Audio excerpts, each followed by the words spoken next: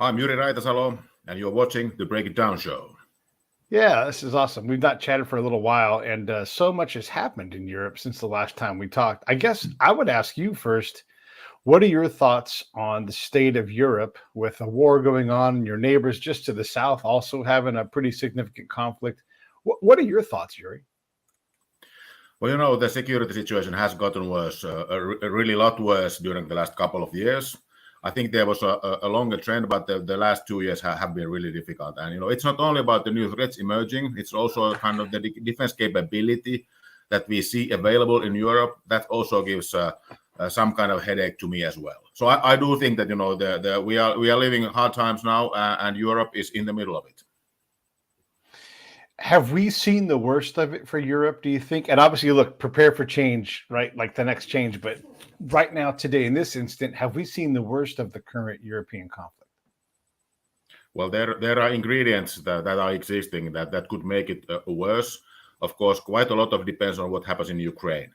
And now that we have this new decision coming from the U.S. Congress, from the House of Representatives about new support to Ukraine. So when that starts rolling, we're going to see how far that will go and how that will change the dynamics that have been going south for the last few months because of the shortages that Ukraine has had in its defense capability, especially the ammunition.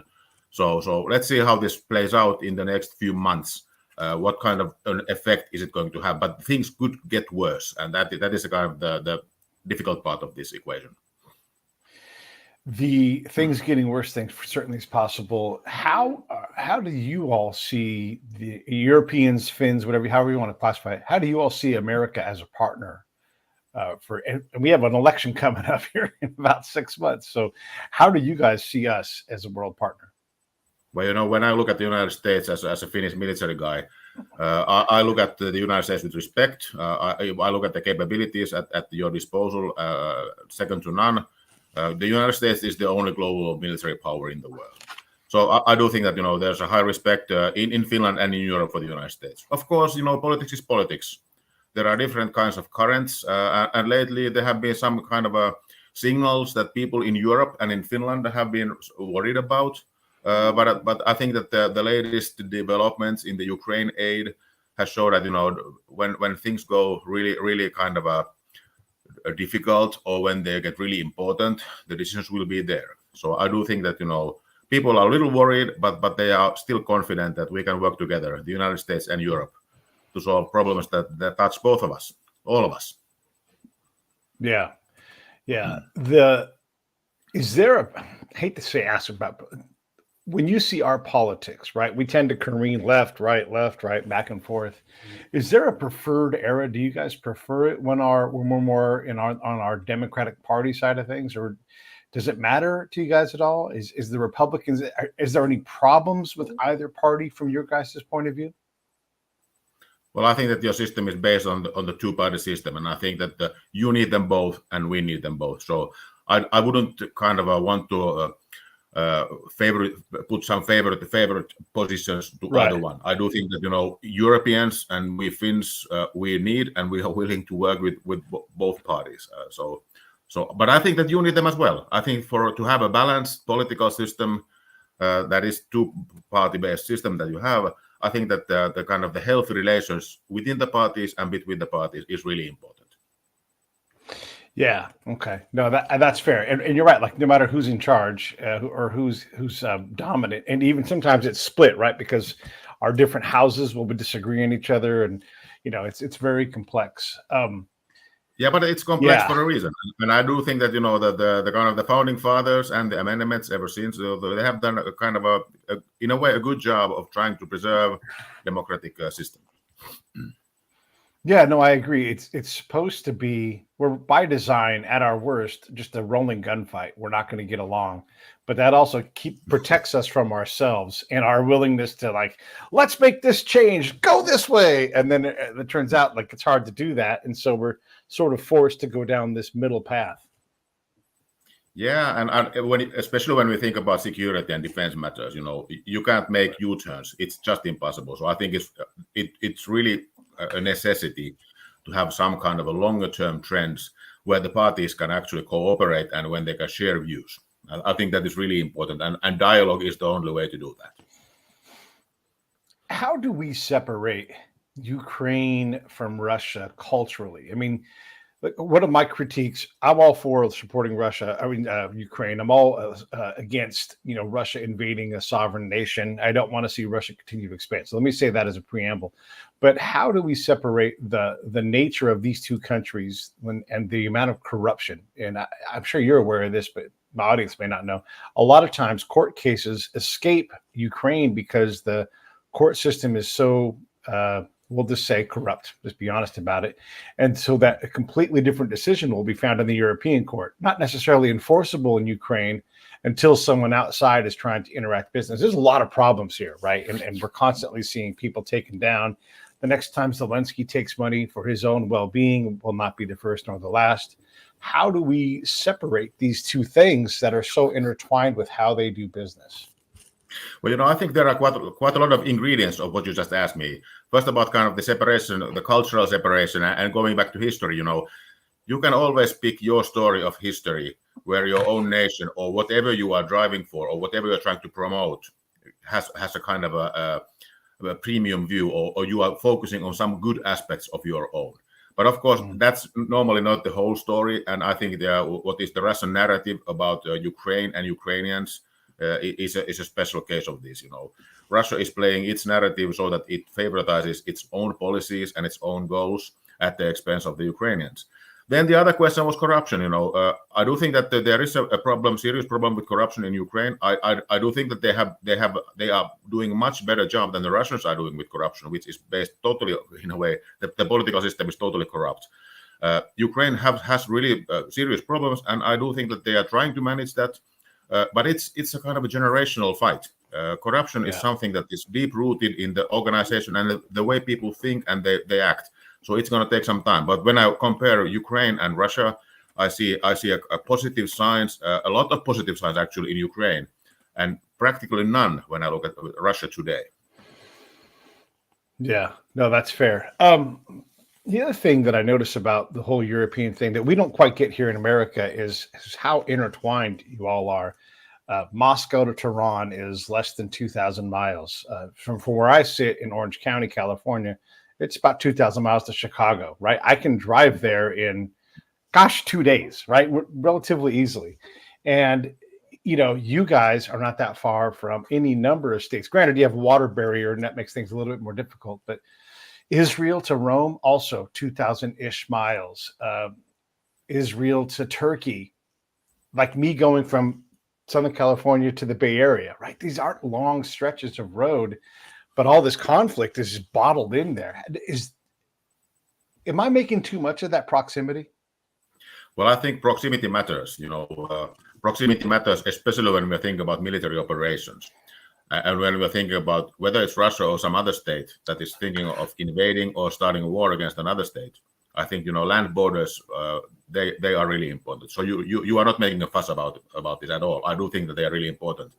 But the other aspect I would say, when you talk about Europe, if I talk about the Western states in Europe, we are 30 plus states. We are several dozen states that have independent, sovereign political systems. Of course, they are cooperating and they are doing a lot of things together, for example, within the European Union or within NATO, but they are still sovereign states.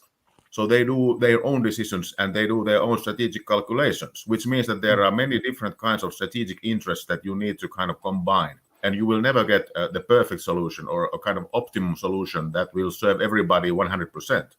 So I think that's really important to understand when you talk about Europe. We are united.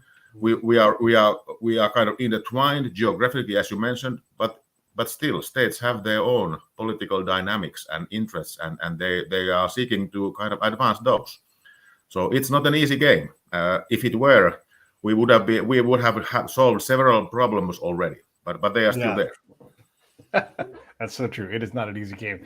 And then at the micro level, how does Jyri, the docent of strategy at a university, differ than, congratulations, by the way, General Jyri? How are these people different? So I mean, these people, what are referring like to? You internally, like when you look at your academic side, right, and the things that you look at, and then you look at the general, right side of you. Do these guys agree on everything, or do you have to see things differently through your academic lens versus your general lens, or are these one and the same? Well, I think they are the kind of two sides of the same coin. And I do appreciate the both of them, the kind of the military career side in me, but also the academic career. What the academic career has provided me with, I think, is analytical skills, the understanding of theories and perspectives, the understanding of how your conceptual apparatus that you use actually influences what kind of data you are searching for, how you see the world, and so on. So I do think that these two aspects of a military career and academic career, they support each other pretty nicely. And at least for me, it has provided a good way to do my service for the country for the last 30 plus years. Yeah. And then again, talking to the academic side of you, at least here in America, there are so many people that their entire careers, their entire academic credential is focused on US versus Russia.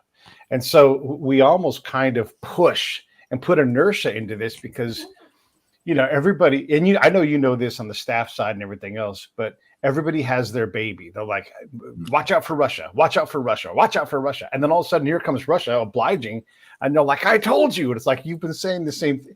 So how do we, again, deal with that where like our strategic academic research, can it foment these conflicts and the very nature of like pushing and trying to prevent Russia from doing something actually creates this response and justifiably so from Russia's point of view, this response to push back?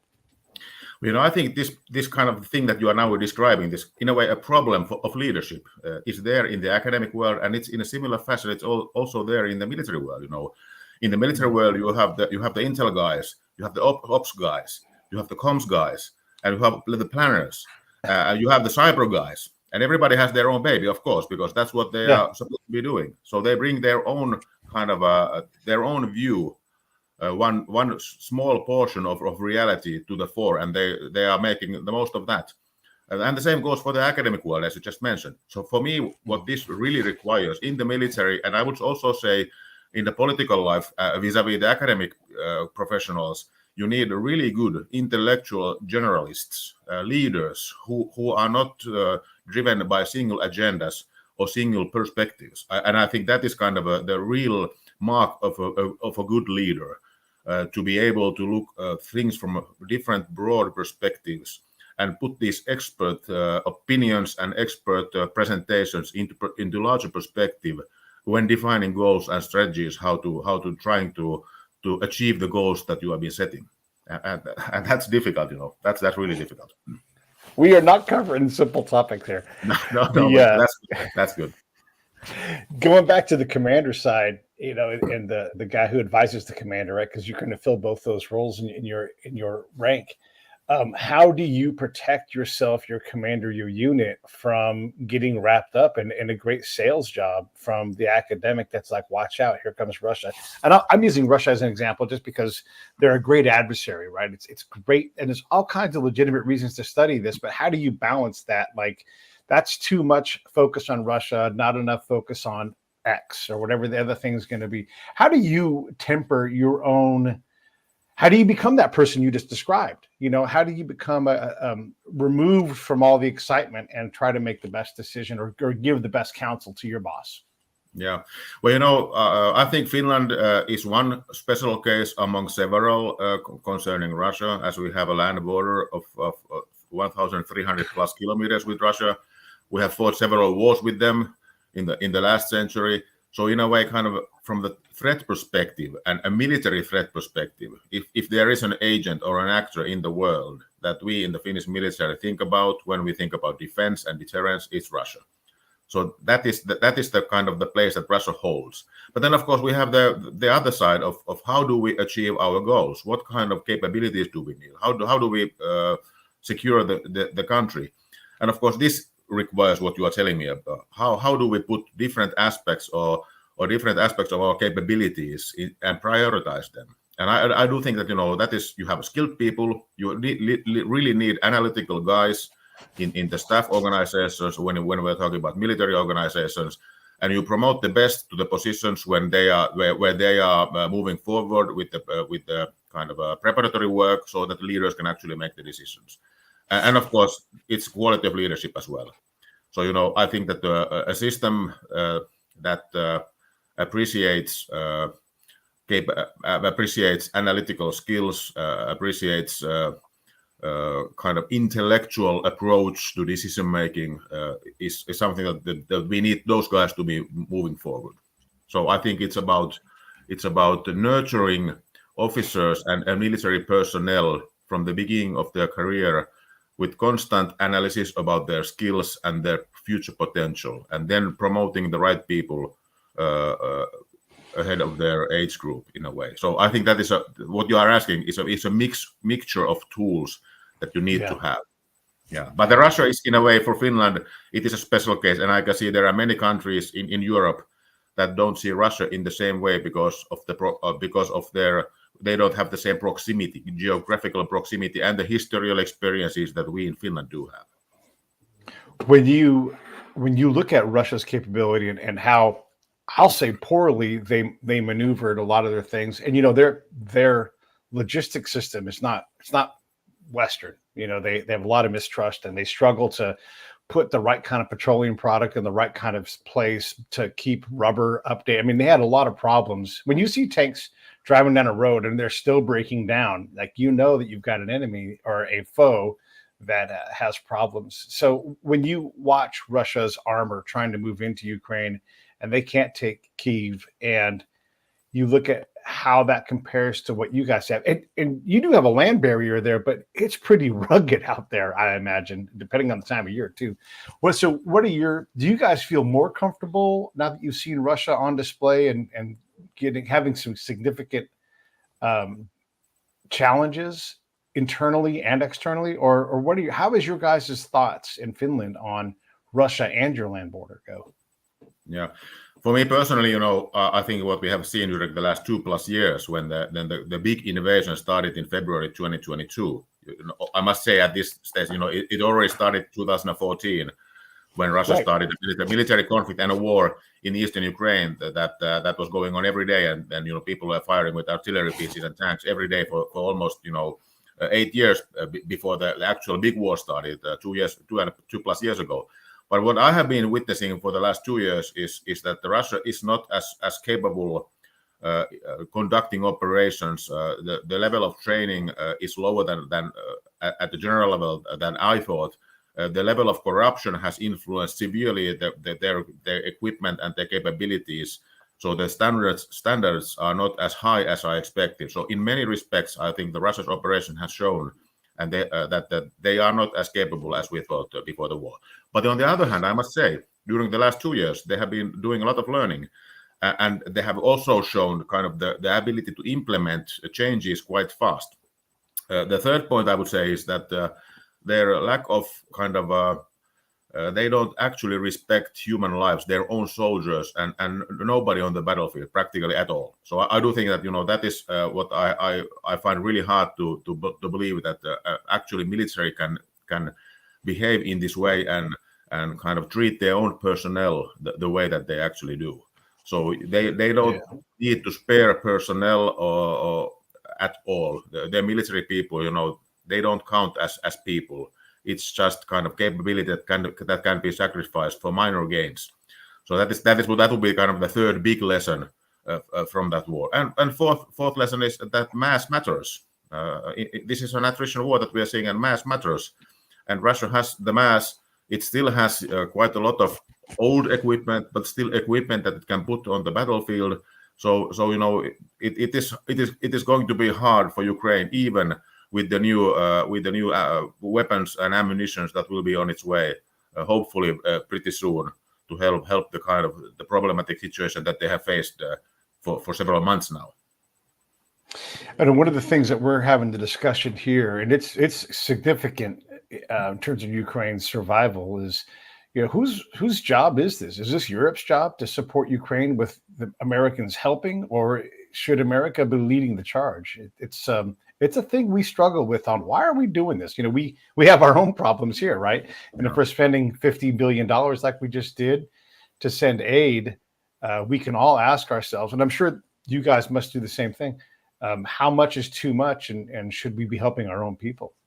Yeah, I think we should be doing both. I think we should be helping our own people, and I think we should be helping Ukrainians. And I think if you look at it, of course, the human way to look at it as that Russia is doing, serious aggression, but it's totally illegal in Ukraine, killing tens of thousands of people. So we have to respond to that. Then the other aspect is strategic. What are the costs if Russia wins? And I do think that for the United States and for Europe, those will be really high. So then it's not only about the money and equipment; it could be also the lives of people in Europe and in the United States. So I do think that we have the moral and the strategic obligation to help Ukraine. Who should be leading the charge? Well, if I look at militarily and equipment-wise, capability-wise, I think it's the United States because, as I mentioned, you are the only global superpower that has actually the capabilities and have quite a lot of excess capabilities that are not actually in service but are still there in the boneyards, for example. If I look at the pocketbook, who should be paying and who actually is paying more, I think it's Europe. Europe should be leading the charge. So I do think that Europe has been spent more money on Ukraine than the United States. But the armor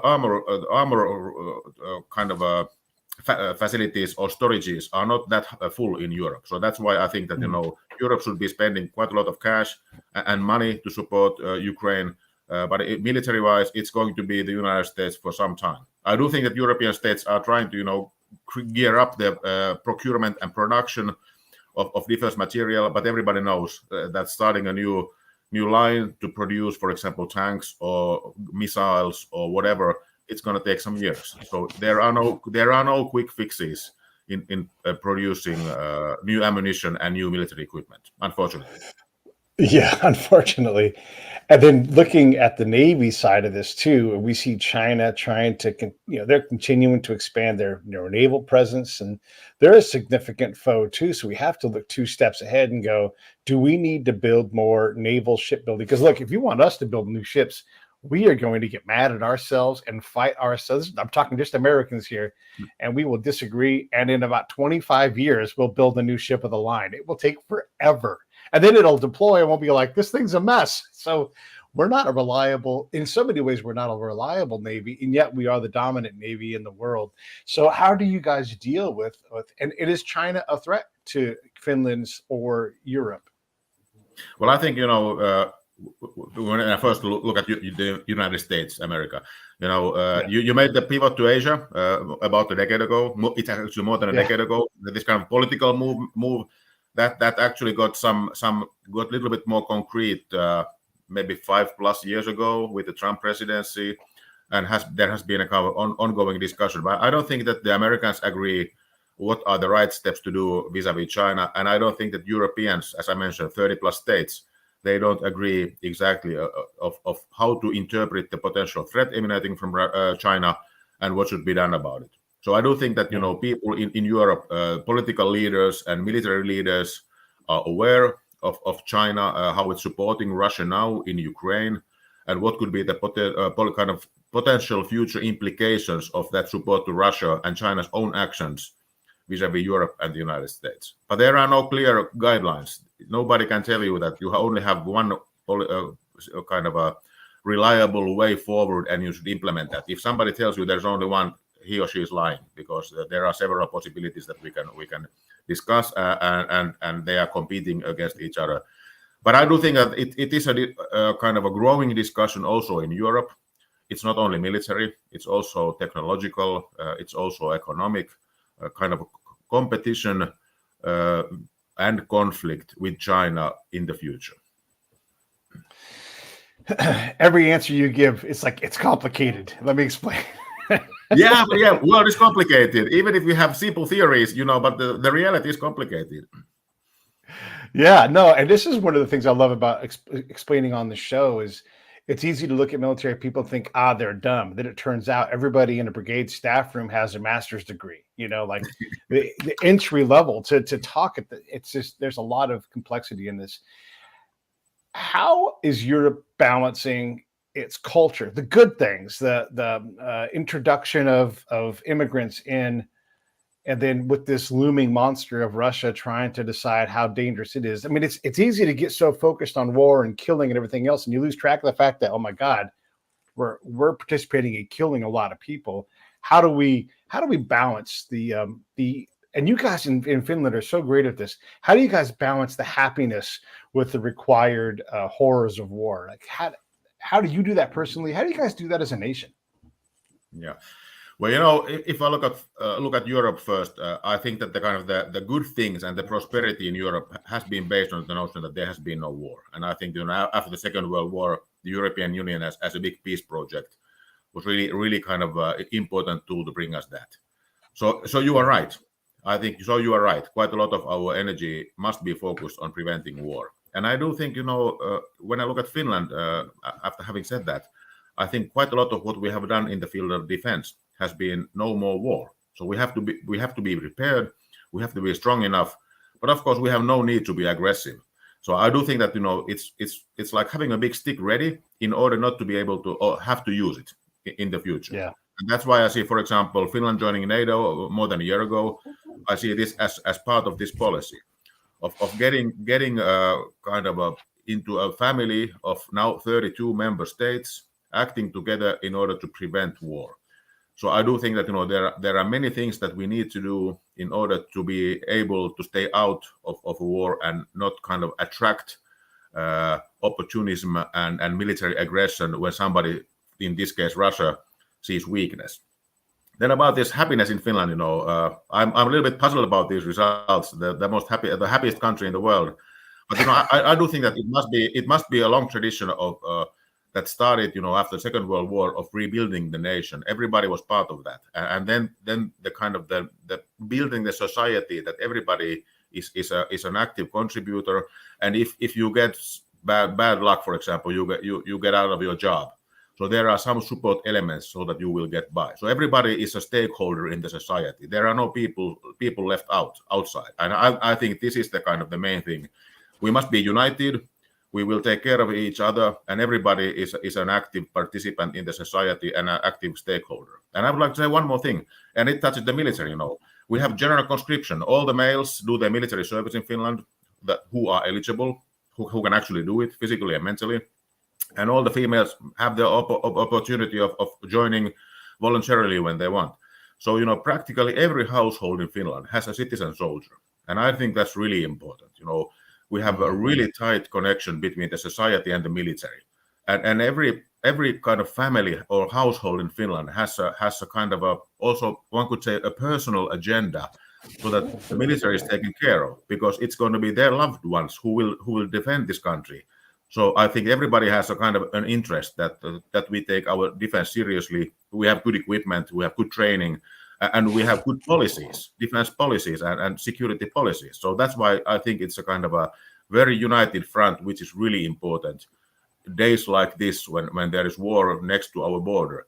So I do think that even despite of this fact, we are still happy because we know that we have been preparing for this kind of situation for decades.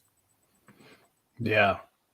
That's that we struggle with that here because we don't have a required service. But I think there's a lot of people and a growing base of people that would say everybody needs to, whether they're immigrant or born here, needs to do some kind of federal service, right? It doesn't have to be in the Department of Defense. It could be in the Interior. It can be in medical help, but like to invest some of your youth into the country that you live in.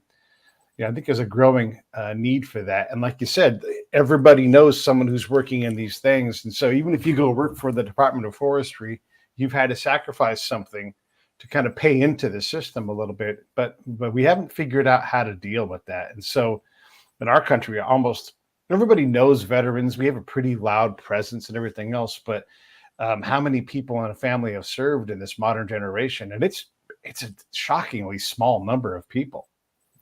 Yeah, you're right. But, I think it's a two-way street, in a system where we have general conscription, everybody has their rights, and I respect that. But I think it's good to be, in a way, socialized and taught to be a part of a system where you also have to do something for the collective. So it's a two-way street, both ways. So you have many rights, and that's really good in a kind of a democratic system. But on the other hand, you also need to be performing your own part in the society so that everybody's going to be secure. So I do think that is really important. You have other neighboring states. You have a border that's almost as long between Norway and Sweden, but you don't seem to have the same kind of combative relationship that you might have with Russia. And then how good is your relationship with Russia, even with their current bad behavior? Well, there are practically no political relations at the moment with Russia. So that's because of the war and, how Russia has been behaving, not only militarily, but using other tools as well that have been disruptive against European states, against the United States, and also against Finland. But you mentioned Sweden and Norway. We are really good friends. We have been for decades. We are really good friends. Now we are even better friends on the military level in a way, because all of the three nations are now part of NATO. Sweden joining this year, Finland joining a year ago, and Norway having been there for decades. So I do think that this kind of the common NATO member state position for all of the Nordic countries really facilitates cooperation in the military field. So there are no kind of exclusion for anybody. So we are working together on a kind of a trilateral, bilateral basis with Sweden and Norway, but also within the framework of NATO. So I do think that it has become much easier now, but the relations have been really good for decades. Going back to the America as a partner in terms of foreign policy, we put ourselves in some pretty bad fights that we bring our friends. Now that we're such close friends, should Finland trust America and its foreign policy? Because we love to get into fights. We love to turn and leave without even notifying, say, for example, the French, hey, we're really leaving Afghanistan. You better get all your citizens out. No. We'll just leave. And so, sometimes I think we're a problematic partner, but I don't know how you see that. You guys are new to NATO, but also we get along well as militaries before NATO. Yeah. Well, we've been doing cooperation within the framework of NATO, and when we were partners and enhanced partners for years and decades already. So in a way, we have been doing cooperation within the NATO framework, also with the United States. But I personally do believe that we shouldn't be supporting bad policies. So I do think that within NATO or outside of NATO, if we see a bad policy, we should say it out loud, and we should kind of state our own needs and our own views clearly. I wouldn't say that the United States is doing only bad policies. I think that most of them are right. There are, of course, mistakes. There are big mistakes. I think what happened after 9/11 with the wars in Afghanistan and Iraq, I think they should have been maybe prosecuted somewhat differently. But that's, of course, now very easy to say, after the fact that we have seen what has actually taken place. But that's no reason to kind of be pessimistic about the future. I do think that we have a voice. It's not as loud as the U.S. voice, and European states have a voice. So I think that we just need to be kind of clear-eyed and cool-headed and have frank discussions, especially among friends. I think if we have to lie to each other and to ourselves, then we are doing a disservice to our citizens. How will Finland get along with Russia once we get done with this conflict? I mean, you guys obviously must do business because you share such a big border. A lot of you guys' roots are intertwined where there's not a whole lot of difference between Finland and Russia. And this is just an American talking, but you guys have been around each other for a long, long time, and you're going to be for a long, long time. So what does it look like post-war? Well, it's really hard to say how this all ends up. I think that the process of how we get there, what is the end state, or how this ends between Russia and Ukraine, of course, is going to define that for a very long time, for years and decades. But of course, what we have seen already happen in Ukraine, the horrible things that Russians have been doing there, it's going to be really, really, really hard to mend relations, and it's going to take a really long time. And I don't think that's just Finland and Russia. I think it's all Western states and Russia, and there has to be really big changes within Russia, for starters, before this process can actually start. So it's going to take a really long time. But I would say, I agree with you. Russia is a big state, big actor. We are neighbors, so of course, in the long run, we have to find some kind of operating relations. But when I look at the situation now, it's difficult and it's almost impossible to speak about any political relations in the near future. Let's make it a little bit more complicated because it's not complicated enough already. We need Russia to have, so Russia economically, decent sized economy comparable to Italy, Mexico, Canada, right? But we don't look at Italy, Mexico, or Canada as being really a global problem. Mexico's a bit of a problem for us because of the cartels, but that's a little bit different of a thing. So, but militarily, Russia, one of the biggest militaries in the world, top 5. So we have that, but we also need Russia to be, Russia has a lot of nuclear bombs and a lot of borders. And so we need them to be strong militarily to maintain their piece of stability in the world. And a lot of their land is really hard to get to work on. So how do we balance that need? I mean, we learned a lesson maybe of World War II and knocking Germany down and putting our foot in their throat and said, never again. And then 20 years later, here we are again, right? So how do we keep Russia strong enough so that it can do what it's supposed to do, which is significant in Europe and Asia, but also hold them accountable for this attack on Ukraine? Yeah, well, as you mentioned, when we talk about Russia, at current state, Russia is the disruptor, and it's doing chaotic things, and it's trying to disrupt policies that influence Western states, Finland included, every day of the year. So I do think that, in my mind, the thing about Russia doing its part to provide stability is not a part of the equation these days. Russia is providing problems for the system, is providing problems for the West today, and has been doing that for several years now. So it's not doing its part. Over the long term, of course, it is a big state with the huge amount of nuclear weapons and other military capabilities. Yeah. So I do think that we need some kind of a process that will end the war in Ukraine, and Russia will get out. It has been doing illegal invasion, and it should not be able to kind of profit from that. And then there should be many other things that should be done before we can actually start working with Russia, including reparations for Ukraine and rebuilding and so forth and so on. But I don't think that we are now in a state to talk about Russia doing its part as a guarantor of stability. It's doing exactly the opposite. Yeah, and you taught me this thing, and I've used it so many times now because it's such a great thing. You're like, there's many Europes, and I'm like, oh my God, you're right. So when we look about the instability in Georgia, Azerbaijan, Armenia. Is this a global problem? Is this, and it's also kind of a Russia problem, but how do you see that region, and then compare it to, like, say, the former Yugoslavian states and maybe even the Baltics, right? Like, these are 3 different cases with completely different outcomes. Yeah, I think we are talking about, conflicts and problems related to the demise of the Soviet Union. In a way, conflicts of the Soviet succession. It's a process that is still ongoing. There are some issues and conflicts that have not been solved. They have been there for decades now, ever since the end of the Soviet Union, when they were able to kind of manifest themselves. And I do think that we could see some developments also concerning Russia in the same regard. There are still many, though there are some areas or oblasts, areas in Russia that might not be or willing to stay there, part of Russia, at least how the current leadership is acting. So I do think that there are many or some unsolved issues within the ex-Soviet Union, current Russia, and the other about 15 states that emerged in a way independent in the early 1990s, and they haven't solved all of those issues and problems to this day.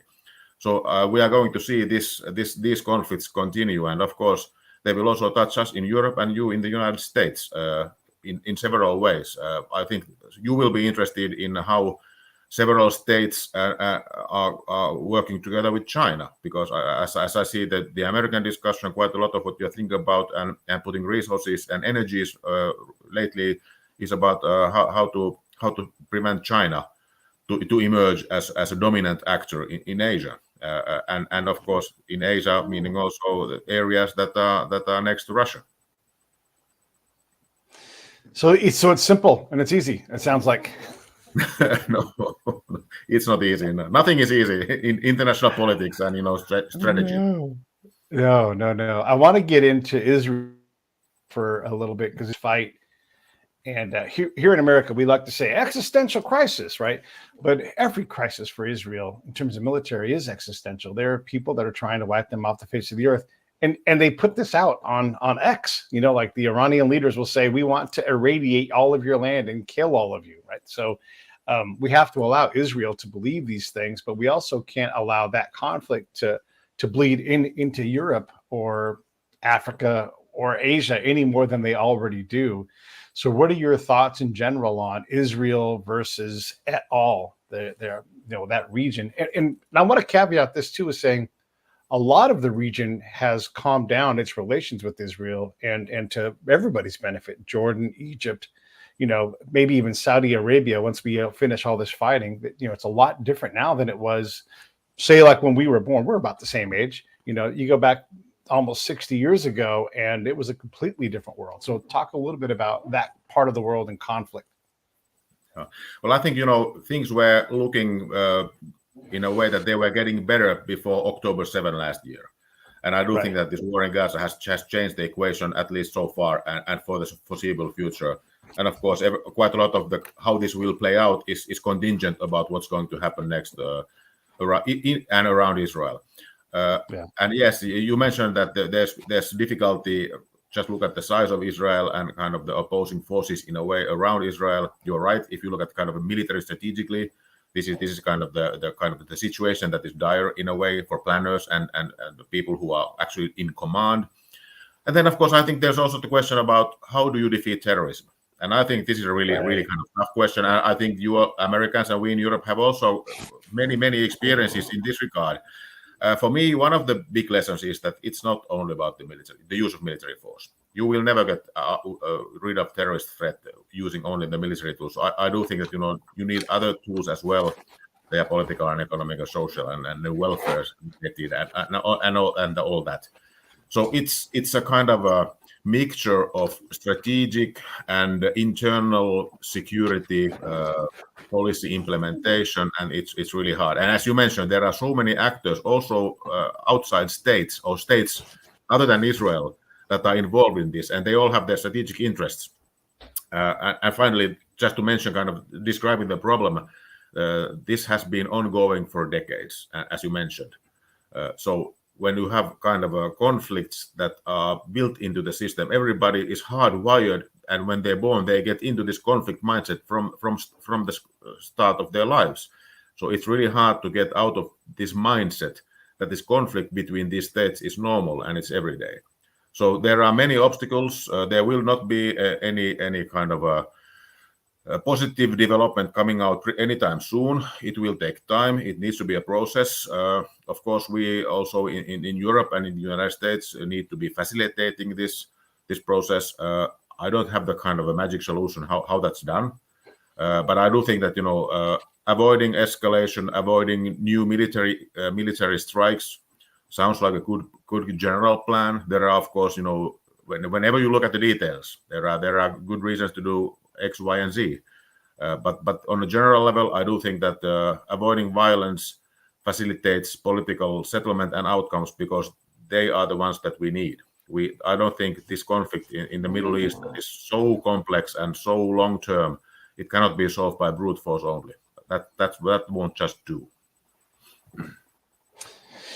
As NATO has expanded, the nature of NATO has evolved, right? And I think we would both agree necessarily, in the beginning, it's, Belgium and France, and now it's adding in countries like Finland and Sweden, but also, and importantly, North Macedonia and Croatia and these other countries that have had a lot of conflict but are small and they need a gang to work around them.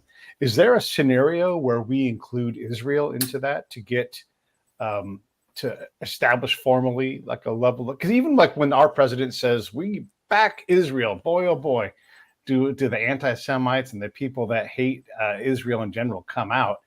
And so we struggle to even be straightforward about that. So do you see, or would you want there to be Israel included into NATO? Well, I think NATO expansion, that's a political thing. And that's a kind of the political leaders' mandate to think how NATO should be expanding. If I look a little bit into history, after the end of the Cold War, I think NATO was one of the tools for the Western leaders to integrate former adversaries or states in between kind of the Soviet system and NATO, the old NATO, the smaller NATO, to integrate new members and to kind of adopt democracies and rule of law systems, and to transform their militaries into modern ones. So I think NATO was a kind of an educating tool in addition to being a defense alliance in the 1990s and almost 2 decades after that. But I think the NATO that we are seeing today is totally different NATO that we saw 2 years ago or 3 years ago.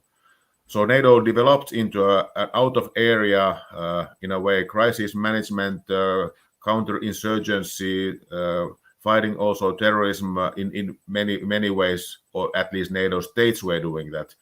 So that was a new NATO for 20-25 years, and now we are back to the roots, I would say. What Russia has done in Ukraine has showed NATO that we need collective defense and we need deterrence. We need big war capabilities. And those have been lacking since the many people in NATO and many member states of NATO did not see any need to keep up with those capabilities ever since the early 1990s. And now I do think that as we started the discussion talking about how Europe should be ramping up its defense industry, it also needs to ramp up its militaries. So we need bigger militaries with more capabilities throughout Europe.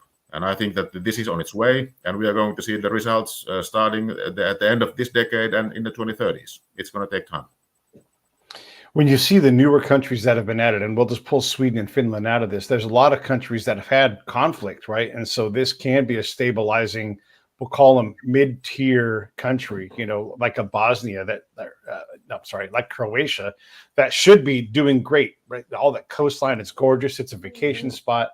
And so I think NATO can be that guarantor of like, hey, you're going to not have to worry militarily about your neighbors or anybody else. So there is that interesting nature of NATO and how it's evolved into this. You can be part of this group and you can thrive. However, there's a cost for that. And then it's also amazing that NATO, so Turkey, Germany, Great Britain, England, are completely different places, militarily, politically, and all that kind of thing. And they're all about the same size population-wise, but they're in NATO. And it's a neat way where that's when the theory works. But where does NATO's working stop and like the problems start? Because if you keep jamming countries into it, it gets harder and harder to make a consensus, right? So it's great to have the diversity of all the different countries. But at some point, if you're too diverse, there are too many opposing views. It can't. You can do Title V all you want, and then the other guys will show up, but we're not going to do anything, kind of thing. So, what do you think about the nature of NATO and its ability to expand and reliably deliver the outcomes, either primarily or secondarily, that they've been able to deliver the last 70 years? Yeah. For me, I'm a simple military guy. For me, there are several aspects to NATO. One is that it's a political animal, or it's a political organization, and in a way, I can see this expansion on a political level. It has been a useful tool of integrating and getting the mindset to new states in order to lessen conflicts, and I think that has been working well. But as you mentioned, I totally agree. When you look at the same NATO from a military perspective, the more states you have, it's going to be, in a way, more difficult to get a collective or common views on threats, on needed capabilities, needed actions, and so on. And of course, when you also combine the fact that member states do military capabilities, NATO practically has none. It has very few capabilities of its own. So every time they are member state capabilities. So they are, in a way, finally they are independent political decisions of allocating money and people to build capabilities.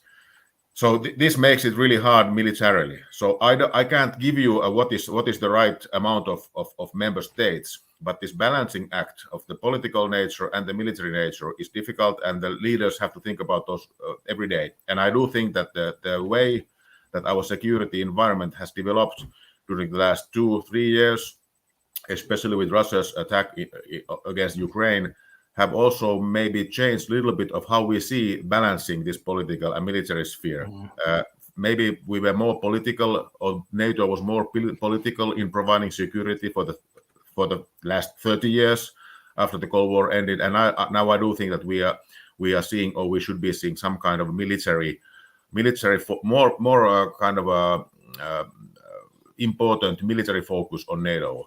on capabilities, on warfighting capabilities and deterrence capabilities, so that Secure has a really important role, and he is a real strategic actor, and so on.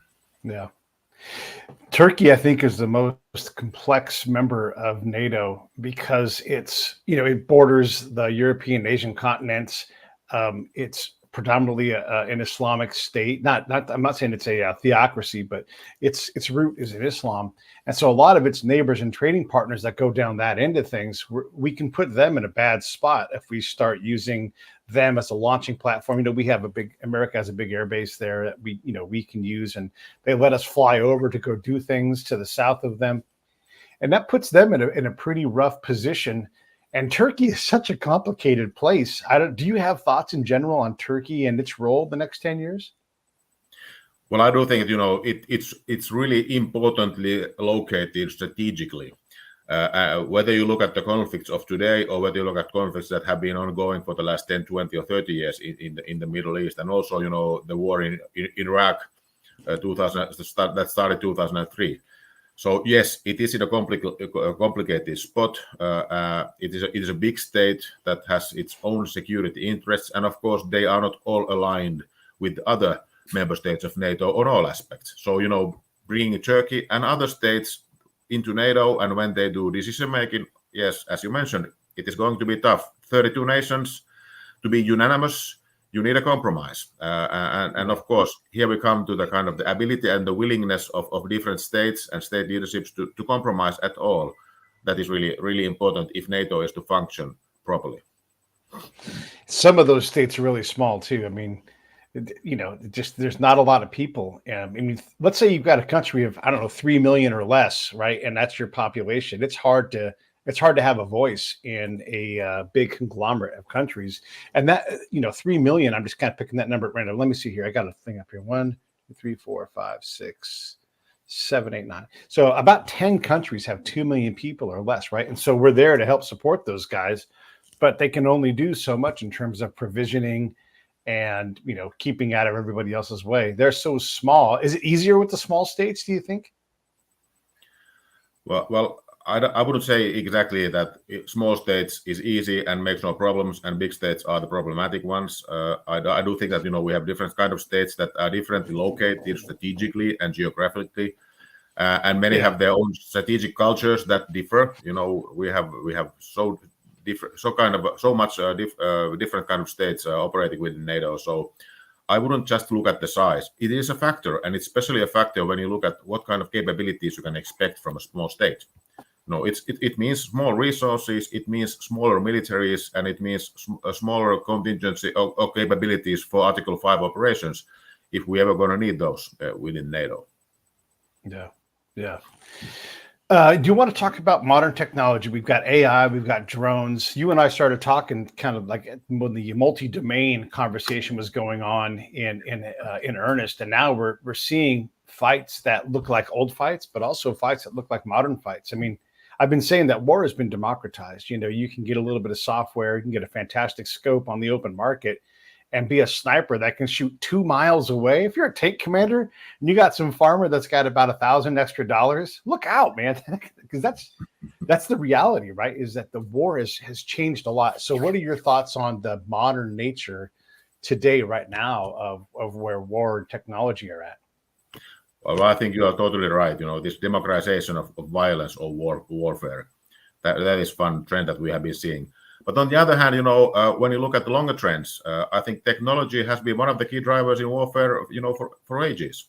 And I think that quite a lot we have seen this a new weapon system or a family of weapon systems or systems of systems emerging, and then we are going to have a counter weapon system, and then it's going to be kind of an ongoing rivalry between the actual weapon and its counter moves. That is the first aspect. So normally, I would say that if somebody tells you that we are going to have a revolution in military affairs, that everything is going to be changing within the sphere of warfare in a year or 2 or 5 years, normally they are wrong. But I do think we see some elements that you mentioned related to drones, artificial intelligence, that could bring actually bigger changes that are emerging faster than we have seen mostly throughout history. So there is some potential I must say though that so far I find the artificial intelligence discussion a little bit something that we saw on the cyber domain 20 years ago, when everybody was talking about that cyber war is coming. Actually, I have been a little bit disappointed about how little we actually see the concrete results of cyber war. For example, if we look at Ukraine, and I know, I'm pretty sure that Russia has been doing everything that it has in its kind of arsenal in the cyber domain against Ukraine. It has done everything with all the capabilities that it has at its disposal. So in this way, cyber has been a disappointment and a kind of a good reminder that when people are talking about new stuff, especially the cyber guys or the AI guys or the drone guys, they will, of course, they will say that their object of study or their equipment is the best and it's going to revolutionize everything. But it's the kind of the new technologies are for everybody to use. So it's in a way almost, it's not a level playing field, but there are many opportunities for different actors to take these new technologies into use. So that's why I do think that it's not going to be very asymmetric advantage that we are going to see, at least not for a long time, and that's why I'm still kind of looking at this a little bit from an inertia and the perspective of evolution, maybe quicker evolution that we have witnessed so far, but not so much as revolution yet. Yeah, I would say, motion for motion, tactic for tactic on the battlefield, the right bullet hitting the right head has infinitely more power than all of the AI combined. It's just, it can change. The wrong commander dying in the wrong instant can cripple an entire military, and so that will always be an equalizing factor. When you look at something like AI and the disappointing nature of the cyber war and all that stuff that's happened, there are good operations that have happened against and for different countries, whatever, doesn't matter. But there is that capability. Can AI be used, do you think, to laser in and do a hyper tactical thing like a bullet hitting a head that changes an entire war?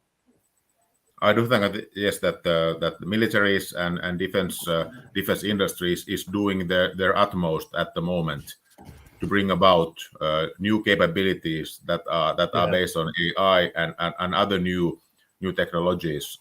So that is the kind of the nature of the field of defense and war fighting. So I'm pretty sure that there will be huge economic and commercial interests and kind of possibilities, and there will be huge strategic interest if you can actually succeed in building something that will give you an edge in the battlefield. So I'm positive that there are many attempts being made to develop these technologies, and quite a lot of money spent. So we will see new things, and we are going to see kind of a evolution within the technologies. It's going to be fast, but will it bring you the strategic edge? That's the other part. So normally you can just find out when you're fighting a war. If I look at, for example, the drones, I think that the time cycle that you need to do something new with your drones in the war in Ukraine is about 1 month. So it's several weeks. Yeah. So, for example, if you are building a military force, whether it's for defensive or offensive purposes, you can't buy those in advance to your warehouses, because if you buy now, let's say 200,000 drones, they will be useless within 6 months. So in a way, you have these technologies, but they are also developing so fast that can you actually use them at scale when you need them at the right time is going to be really difficult. Yeah. I think back to my time in Bosnia. This was 1996, everybody. And the Marines had a unmanned aerial vehicle, a UAV, which is what we used to call drones. Yeah. And they came and attached onto my counterintelligence unit. And they actually lived on the camp that I was pushing out from every day. And you couldn't keep those drones in the air. They kept crashing into farmers' yards. We'd have to go out and go see the farmer and figure out what was there and everything. I thought that program had mostly been a failure. Then I looked back at the historic record. They flew hundreds of missions during that time in Bosnia and just got better and better and better at it. And now you look where drones are 25 years later, almost 30 years later, and it's a whole new world, right? And so you can see real progression. When I deployed, counterintelligence agents that had fought against Russia in terms of counterintelligence, right? And they used pen and paper to write out reports. I'm walking around with a laptop on the battlefield, a laptop, portable printer, scanner, digital camera. I've got an extractable hard drive that I can hold in my hand. All of these things, it was the dawn of the digital age for collection. And now look where we are. You wouldn't even bother with an extractable hard drive. Like, who cares about that? So there's so much change ahead. What do you see anything in the future that you can like, you know what, I think this will be the thing. And then I'm going to shut up and let you go because we've been talking for an hour already. But I'm just curious, when you look back at where we came from the mid 90s to where we are now, where we might be in 25 years in 2040. Well, I have no idea. I have made some predictions and I'm always wrong. So I must say that. Yes, I confess. But, I think when you look at the kind of this really quick time span, the speed that technology is developing now, I think it also brings vulnerabilities. And I think we should be able to recognize those as well. What you're describing, for example, our highly modern surveillance and C2 systems, they are really good and capable. But if you can knock those out, let's say you can get some satellites out of orbit or whatever, then you need to have a backup. And if you haven't a backup system or a way to operate when your C2 is not functioning, then you can actually lose the edge that you are trying to build. So there are always kind of a price. There is a price to pay for all of your good high-tech systems, and I think that you need just to balance between the possibilities and the vulnerabilities, and that is the art of command. Hey, I've had you for an hour. Do you want to ask anything? Do you want to say anything else? Otherwise, we can wrap this thing up. And I really appreciate you coming on. I hammered you pretty hard with a lot of complex questions, and I think you just did such a great job, and I really appreciate you, Jyri. Well, thanks, Pete, for inviting me. I think it was something like 3 years ago that I was his last time. I don't do public shows anymore, but I wanted to do with you because I always enjoyed our discussion. So thank you very much for having me. Yeah, no worries. All right, let me run these credits. I'll come back and say bye to you in a second. Hey, thanks for watching the show. I really appreciate it. Right here, you can subscribe. Please do that. It makes the show grow. Hit that notification bell so you know which incredible guest is coming up next. Down below is the PayPal link. You can put a small subscription in. That is an enormous help. All that money goes right back into the show. And then right up over here are the next episodes you should listen to, curated by yours truly.